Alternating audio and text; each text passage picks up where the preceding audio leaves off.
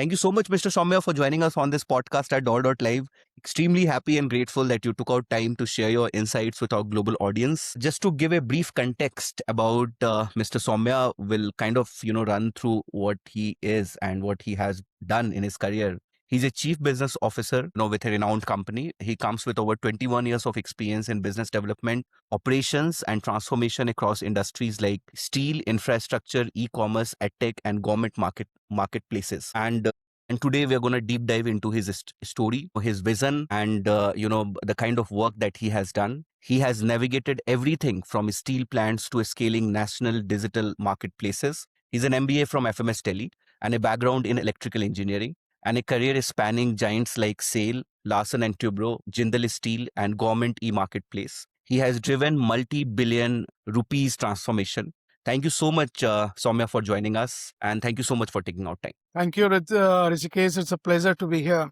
and share the insights from my journey with you all. Thanks. Saumya, you started in core industrial environments like steel infrastructure at SAIL and Jindal Steel, where you focused on planning, maintenance, operational excellence, and theory of constraints. Then you transitioned to e-commerce at Peppertap and power to SME at tech at Aakash, government marketplaces at GEM, and now manufacturing leadership as a CBO. So across these diverse industries, what foundational business principles remain constant and what completely changes when moving from physical operations to digital ecosystem? And from your experience, is business transformation more about systems or mindset? Yeah, thanks for asking this question, Rishikesh. That's a great starting point. Looking back, certain principles are timeless, regardless of the industry. So, one of the things is customer centricity, which is the key. Whether it's ensuring on-time deliveries in a steel plant or seamless onboarding in a digital marketplace, the focus is always on satisfaction and retention of the customers. And another point I would like to make here very strong is data-driven decision making, which is another constant. SAIL, I used IMMS, CMMS for inventory control, reducing breakdowns through root cause analysis. And at GEM, we leverage BI tools for GMB tracking, achieving 3 lakh crore in FY 23-24. So PLL ownership ties it all together, managing budgets, forecasts, profitability targets.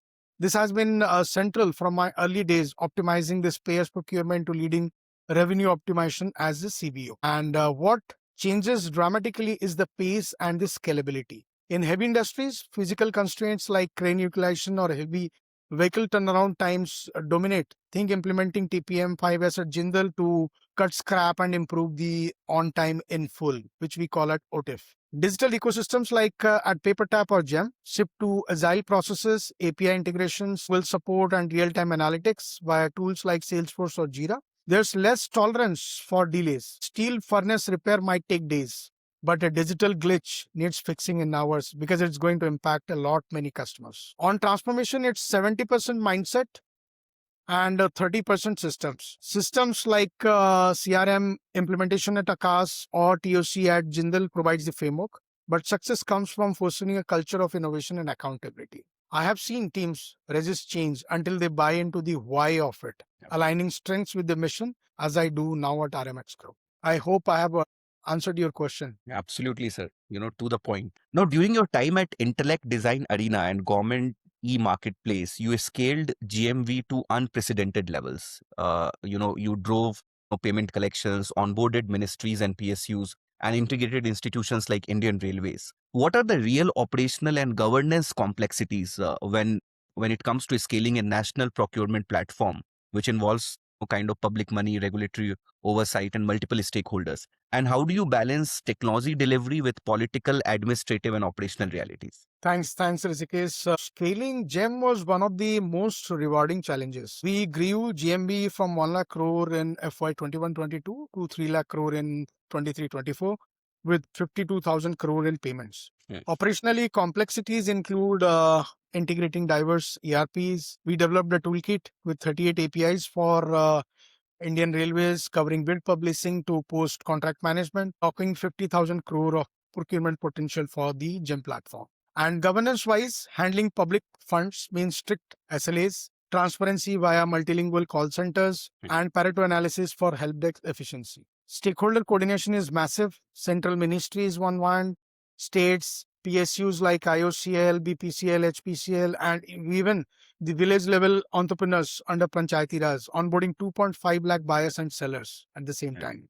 So balancing the tech with the realities, it's about alignment. Politically, we navigated directives like Har Ghar Tiranga program, where around 2.36 crore flags have been procured, or Jal Jeevan Mission by working with PMO and the ministries. And if we say administratively, we ensured CSAT targets through IVR routing and CRM like Freshworks.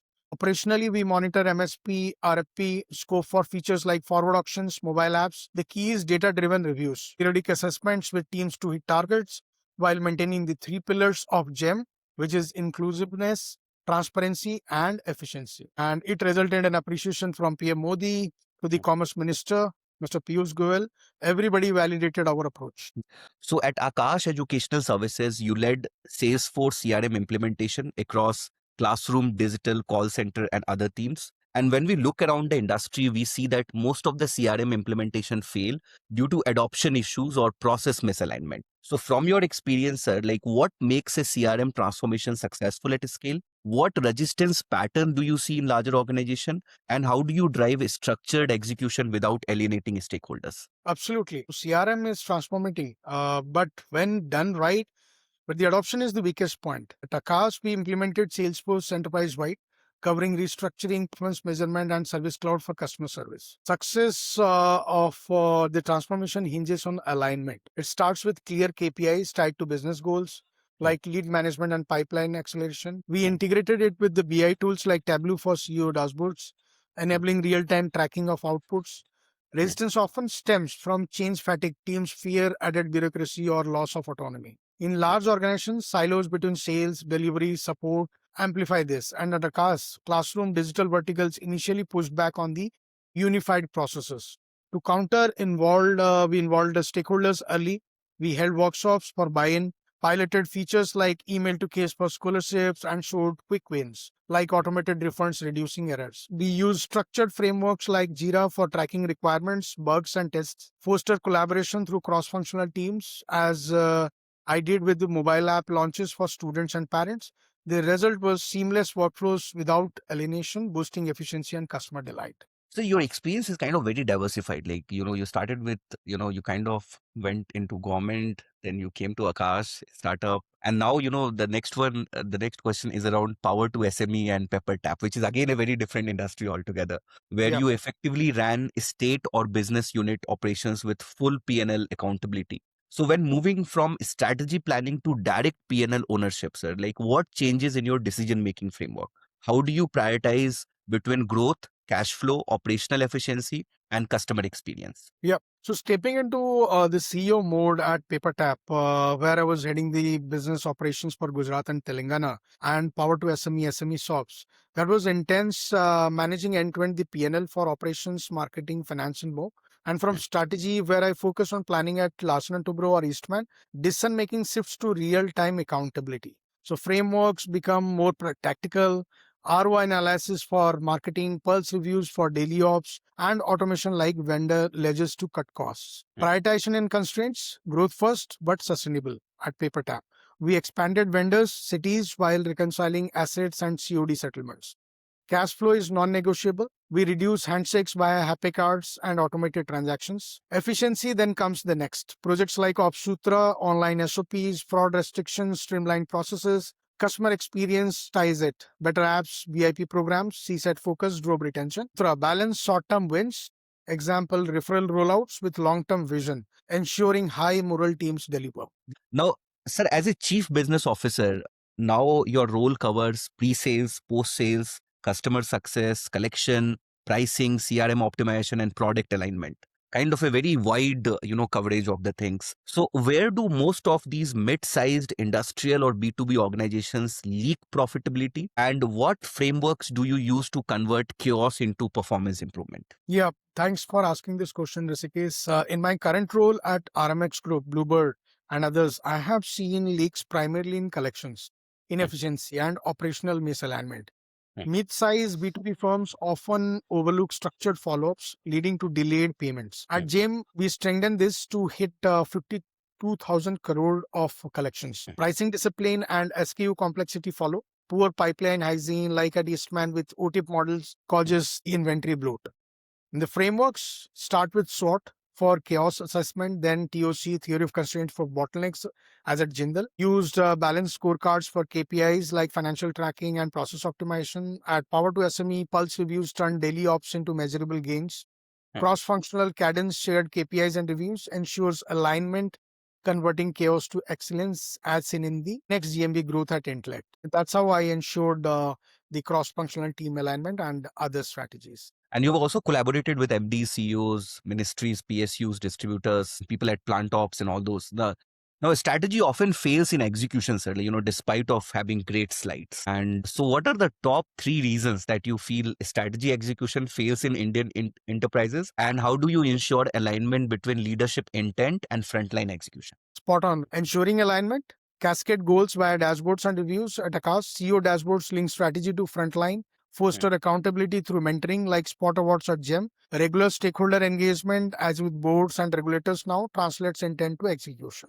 Now, when you reflect on your path, sir, like right from being a junior manager at SAIL to CBO, driving excellence, what are the key mindset shifts that has enabled this? And was there a turning point where you stopped thinking functionally and started thinking enterprise-wide? Yep, the shift was gradual, but it was profound. So, key mindsets from reactive to proactive. At SAIL, optimizing inventory taught data's power, embrace learning via certifications like Harvard Leadership or Six Sigma. Turning point, I would say MBA at FMS in 2009. In Larsen and Toubro, where bid management, rupees 14,000 crore orders, forced enterprise thinking, integrating finance, legal, ops, project management, and other functions. And now I architect it holistically, aligning strategy with execution, as in GEM's 5x revenue growth. It's about vision, fostering innovation while grounding in results. I hope I have answered Rishikesh. Yeah. Yeah, absolutely, sir. To the point and to the topic.